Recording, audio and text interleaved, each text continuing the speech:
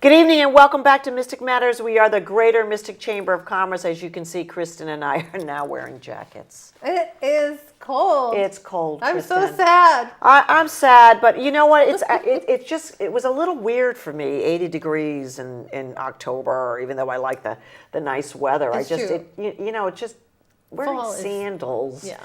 In October, it's just, I guess we're New Englanders, and that's we just are the New way Englanders, it is. And we like change, but little change. Speaking of change, we have the best fall foliage, and yeah, you got to come right now. So if you're watching the show, go outside. Yeah.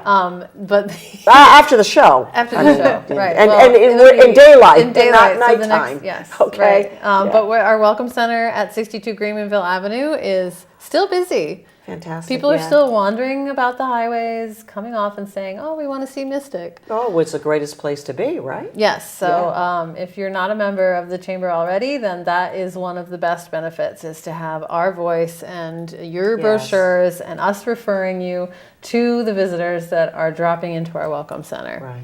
And so what other stuff are we having? We actually have a business before hours, which is going to be November 2nd at Seniors Helping Seniors. Oh, yes, they they've have been on the show. new location in Mystic, and they're thrilled. Yeah. They've been looking forever, and so now they have space. They've been looking for an actual space, right? Yeah. So now they have a training center, and I was over there talking to Maria. She's owned that franchise for 10 years. Yes. Yeah. So they've been on the show with us, right? Yeah. So that's where we're going to be November 2nd, 8 a.m. She'll have some snacks and network, and that's what we love doing. So probably the next couple of shows you'll be hearing what's going on for the holidays. I can't believe I've been saying that. Holiday. Yes, Kristin. I was just waiting for her to bring me. She always does this, like, I don't know, a Santa Claus hat or something. I'm sure that's coming up on the. Well, it's Halloween, and you're. I know, but you made me put a Santa Claus hat on, Kristin. I remember this, and you gave me a cane in the middle of the summer as we were looking for a tree. And Santa Arrives by Tugboat. Santa Arrives by Tugboat. We light the tree and the lighted boat parade on Right. November 25th. So this Right. is right after Thanksgiving. So your plans have to be made now to keep your boat in the water. Okay. Right. Even though it's cold, don't be scared. And then enter or sponsor this event. Right. So we're still looking for sponsorships for this event, but not in the middle of the summertime. This is about the right time when we're going to look for sponsorships. But anyways, thank you so much, Kristin. So speaking of great projects, right, going on in the community, I have a Project A. Is that? Well, I have a Project O.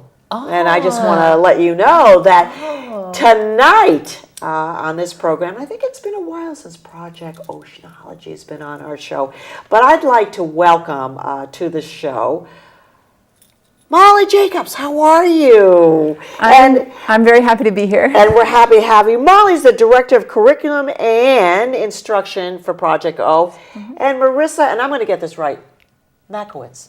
Okay. Nice job. Not everyone does, so Marine Educator and we've got a little story a little bit later on about Marissa too, sort of coming up in the ranks. But we've got a great show for you this evening. So happy for Project Oceanology to be on Mystic Matters, because it's been a long time since they've been on and telling us all about what they do. So Molly, why don't you just set us up for the show?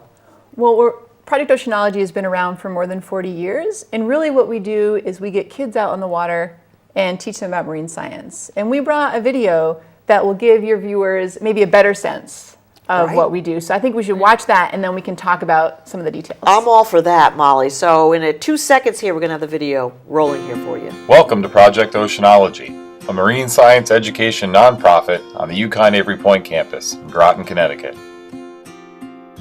Since 1972, Project Oceanology has offered students from near and far the opportunity for authentic, hands-on, place-based marine science education. Using Long Island Sound as a model for the global ocean and coastal ecosystems around the world, we are able to touch on all aspects of oceanography with students from elementary school all the way to the adult learner.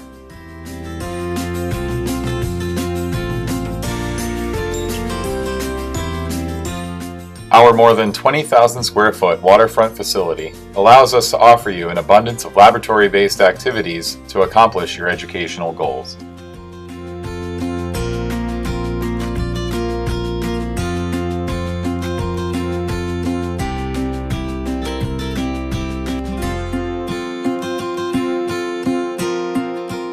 Our cafeteria and hostel spaces also give us the opportunity to accommodate overnight groups or host science-themed birthday parties.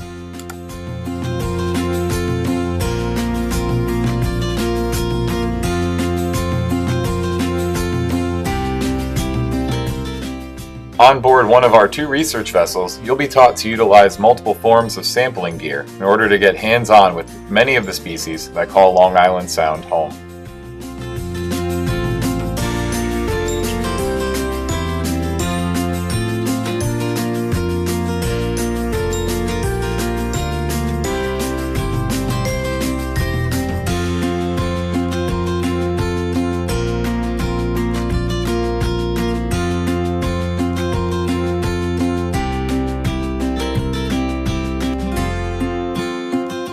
Boat-based work also allows for scientific sampling of the physical environment while surrounded by the ecosystem which you are studying.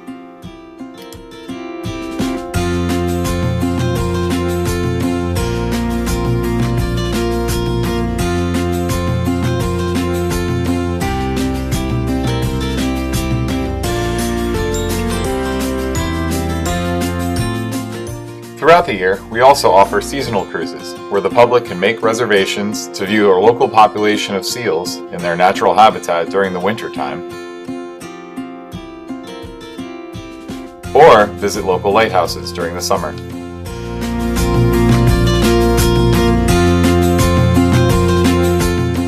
We're also able to work with your group at local coastal environments to meet similar educational needs, whether it's sampling and identifying species that live in that area,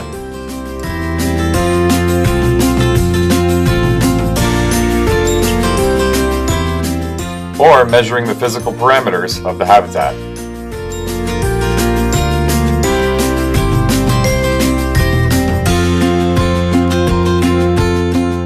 Whatever your educational goals, please consider a visit to Project Oceanology as your resource for direct access to fun and learning on Long Island Sound. Me, I want to go. Molly's sitting here. I want to sign up. I might be a little bit older, but I want to sign up. It says This is adult fabulous. learner. Adult learner. You can. This is fabulous. So we do, in the summer, we do introductory oceanography trips. So anyone in the public can sign up for those. You can bring the whole family and you do a lot of the things that you saw. In the winter, we can take you out seal watching. And actually, we have a new public education series. This is a new thing for Project O. So starting in November on Wednesday evenings from 7 to 8:30, you can come and learn about, in early November, it'll be learning about the organisms that live in Long Island Sound, getting to handle them, learn to identify them. And then in late November, early December, we're going to be doing human connections to Long Island Sound. And so we're going to be looking at seafood and ocean and the arts and some of our local history. Is there drinking involved or? I'm sorry. I just thought you see. I usually. We're in some ways we're kind of a school district. Yeah, so yeah. That's not you so much see, of a thing, what a but- question from my co-host. That's why I'm an adult learner, but I learn better with a martini in my hand. Okay, that's prior to that. We'll bring that to our executive director and see what he thinks about See what he thinks. martinis and flounders. Oh Right? my gosh, this video, not Yeah. only was I moved, but it's just opened up my eyes to just what we have in the Long Island Sound. What you people do there, it's fabulous. And I'm looking at something, and I even thought I recognized this little Bobby Collage. He looked like a kid that I, knew since might he have went, been. We have a since lot I of was a local kids little, as well. since he was little. He used to come in my store. But Marissa, you have a great story as an educator. you. You grew up with Project O. Tell us a little bit about your experience, and you've got some graphics to show us as well. Yeah, so I started with Project Oceanology in 7th grade. Everyone in our grade actually went on this field trip. And then from there, I just fell in love with it. I've always loved the marine environment, but actually knowing I could actually do something with it amazed me. So from there, I actually did some of our summer camps. The first one I did was a day camp. And then the next year, I actually did an overnight camp, which is 1 week long. And then I did another one after that, actually. Wow. So from there, it just kind of fostered that love that I had. And I actually ended up going to UConn Avery Point and getting a Bachelor's of Science degree in marine science. And then now I'm back here working and helping other kids just like me to kind of foster their love of learning and keep the science going.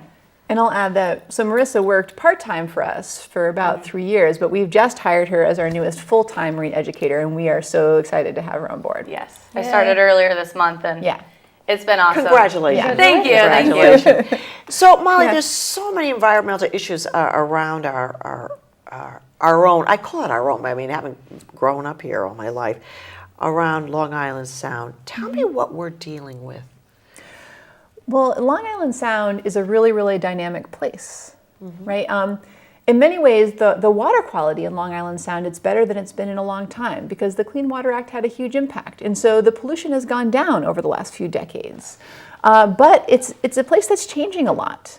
Climate change has impacted Long Island Sound a lot. And so we see these changes in temperatures, and that causes shifts in the ecosystem.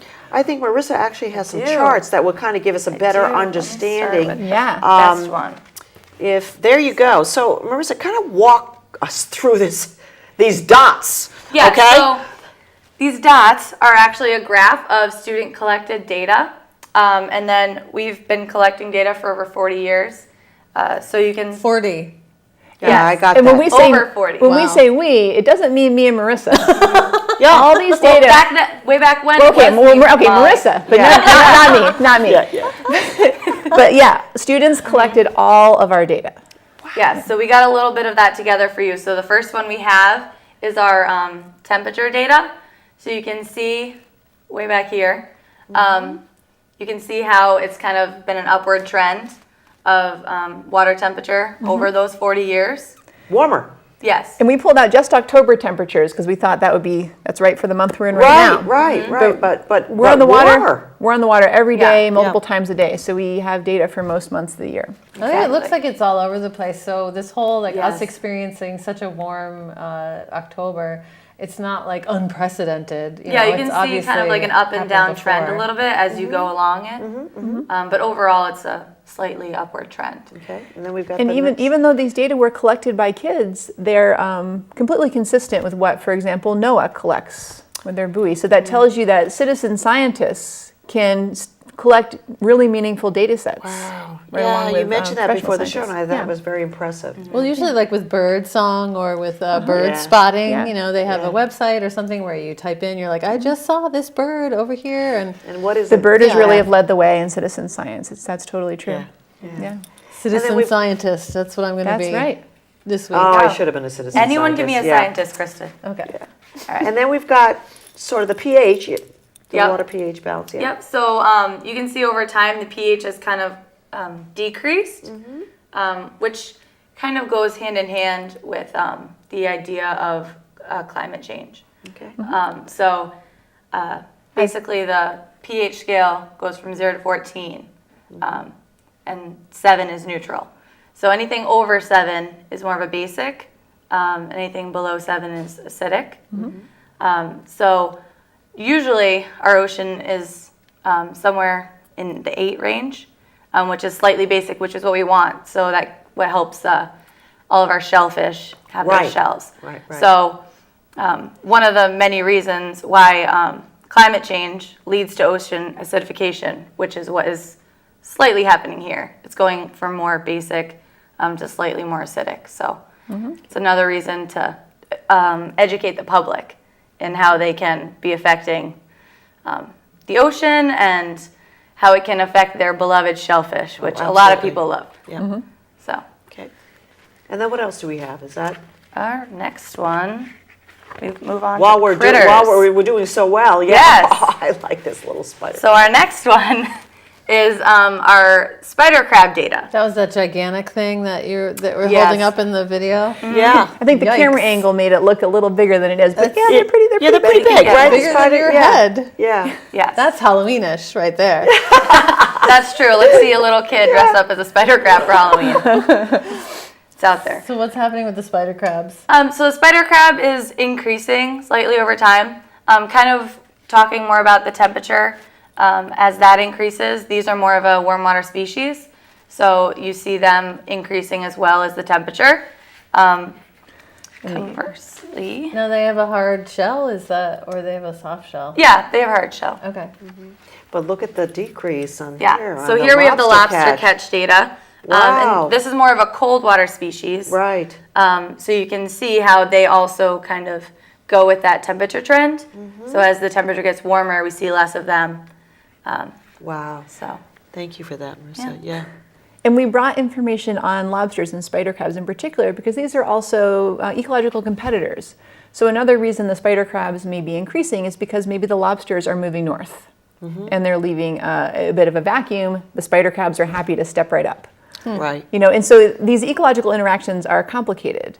And so climate change is causing these ecological shifts in Long Island Sound. So species like winter flounder that used to be more abundant, we don't see them as much, whereas species like summer flounder or porgies, we're seeing a lot more of those. And so one interesting thing about working for Project Oceanology is we're out on the water so much that our educators really just experience these changes firsthand. You know, you talk to folks who have been at Project Oceanology for multiple decades, and they can tell you back when they always caught 5 or 6 lobsters in a trawl, and now it's when we catch a lobster in a trawl, it's a pretty exciting moment.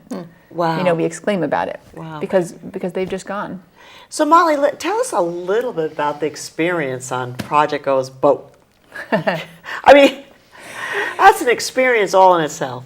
It's pretty awesome. Yeah, and I can see that, the beautiful smile that you have on your face. So tell us a little bit when the kids go out there, a little bit about their experience. So the kids operate all the scientific equipment as much as possible on the boat. What? Which is? So, for example, we often trawl. So we have this big net that we extend out into the water, and it has buoys on top and a chain on the bottom. And we drag it along the bottom. And you're collecting. And we collect anything that is on the bottom right there. And then the students form long lines and hang onto the rope, and they haul it in. Wow. And then we help them get the bag with the organisms on board, and then the students empty the organisms out of the bag. We often, and we'll always take a data set, because remember, we're doing real science with these students. Right. Every time we go out there, we collect a data set, so we count and identify everything we've caught. Sometimes we measure them. I think you saw in the slideshow, you probably saw some students putting organisms out on these boards. So they'll Yes. collect a data set. You know, the flounder Yeah. with the 2 eyes on the one side. I love Yeah, that. I saw that. Yeah. So Yeah. Well, you know, when they're babies, they have an eye on either side.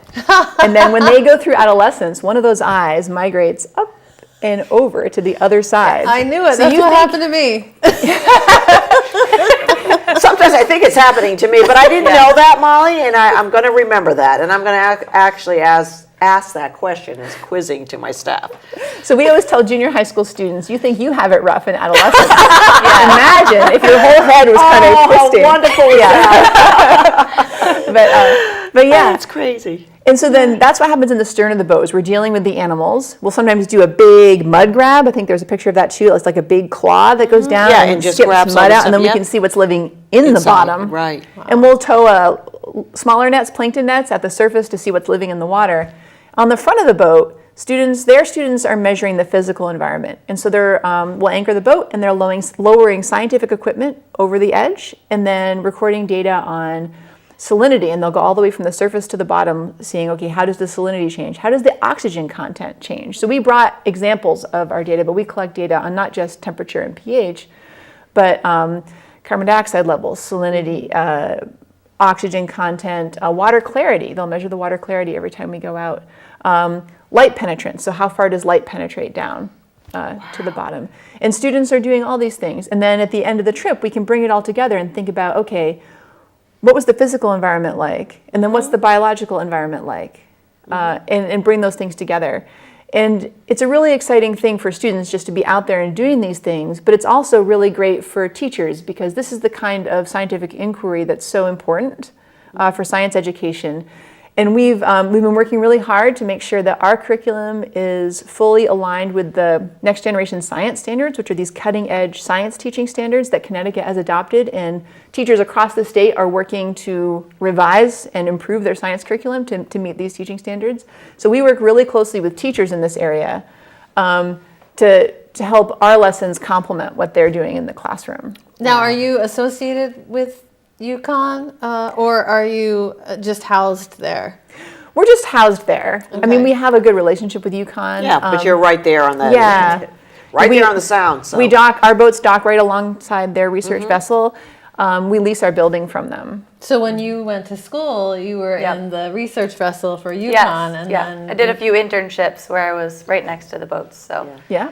So Marissa, just tell us a little bit about how working with the kids. How is that experience? I personally love working with the kids. It's one of the better parts of my job, other than playing with animals, Yeah, which are the creatures. sometimes adorable. Yeah. Spidercrafts, not so much. Yeah. Oh, come on. Yeah. How could you not like the spider crabs? Spidercraft you'd love to. Yeah. So I love being able to work with a range of different kids, all the way from starting college down to middle school level for the most part, and just being able to tailor our program to them. So each class is basically, we ask the teachers what they want, and we can kind of tailor what we do around them as well. And it helps give the kids more of a useful trip, and things that they can directly relate to their classrooms. But it's also nice to be able to broaden their horizons as well. So just giving them that insight, and some of our children have never been on a boat before. That so surprises is- me, but yeah. There's kids that live right next to the ocean. Right. People that go to Ocean Beach maybe Right. every day during the summer that live in New London who've never been on a boat or have never seen the types of animals that are right off the shore of their beach that they're on. So just being able to give them that insight and see their excitement and bring it back home to tell their family and friends is just incredible. So this is a field trip for when you're in school, like at Fitch and in Yeah. Stonington. This is something Yeah, that happens how do every you year. sign up for Project Ocean? I mean, how does that happen? So many of our local schools are members of Project Oceanology, which means they pay a fee at the beginning of the year to support us, and then they get a certain amount of programming. So they get a certain number of field trips, many of them on the boat, some of them on the shore, some of them in the laboratory. And so that's how it works for schools that are really nearby. Many of them are member schools. And then schools from further away can also come. We have some schools that come a fair amount, our subscriber schools. So they come, those are schools that come at least 3 times a year.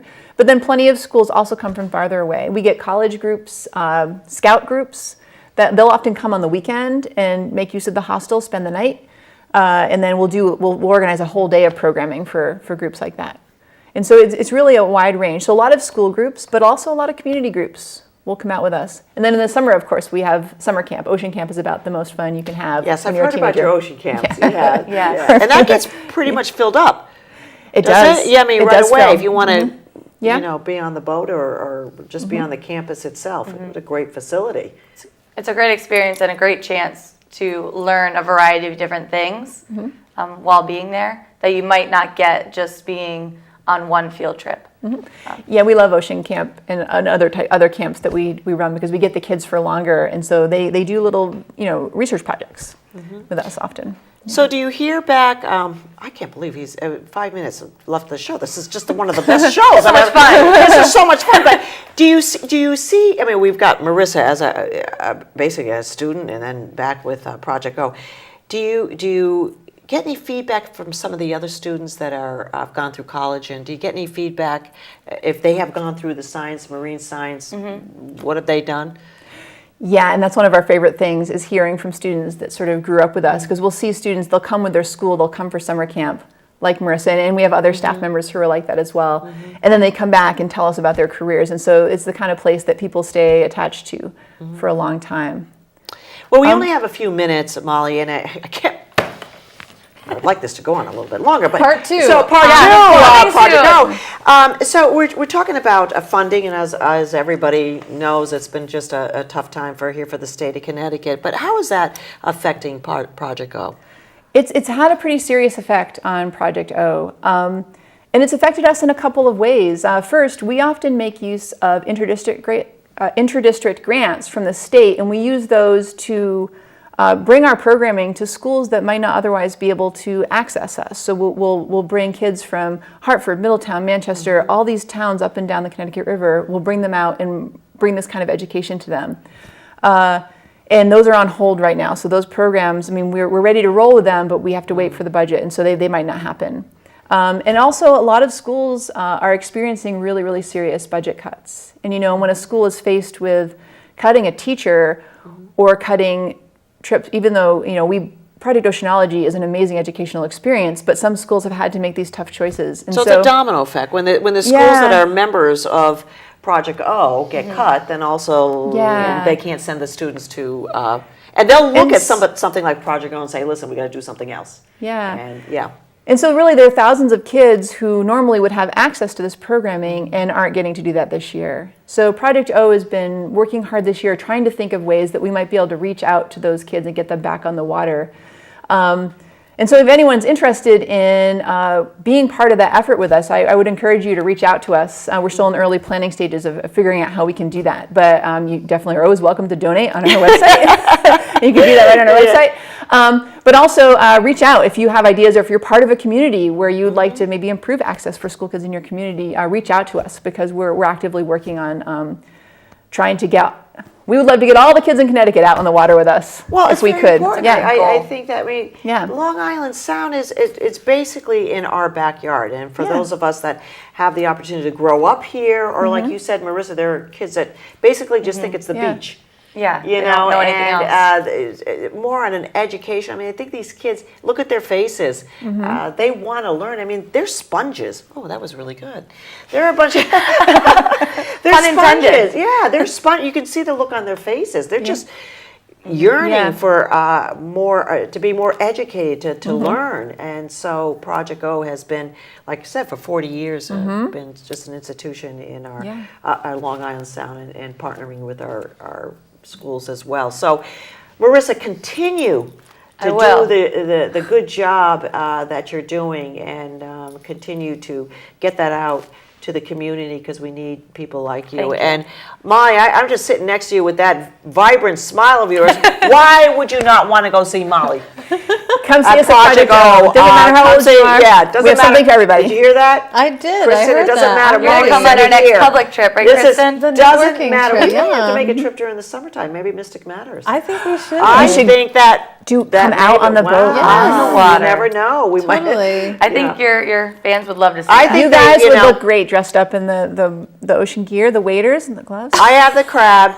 We have the outfit She has for you. the flounder. We have Okay? I just want to say she's going to keep one eye on me. You got that? Marissa, Molly, and Thank of you course so my much. co-host, Kristin Hartnett. We are the Greater Mystic Chamber of Commerce. Mystic Matters. Good evening.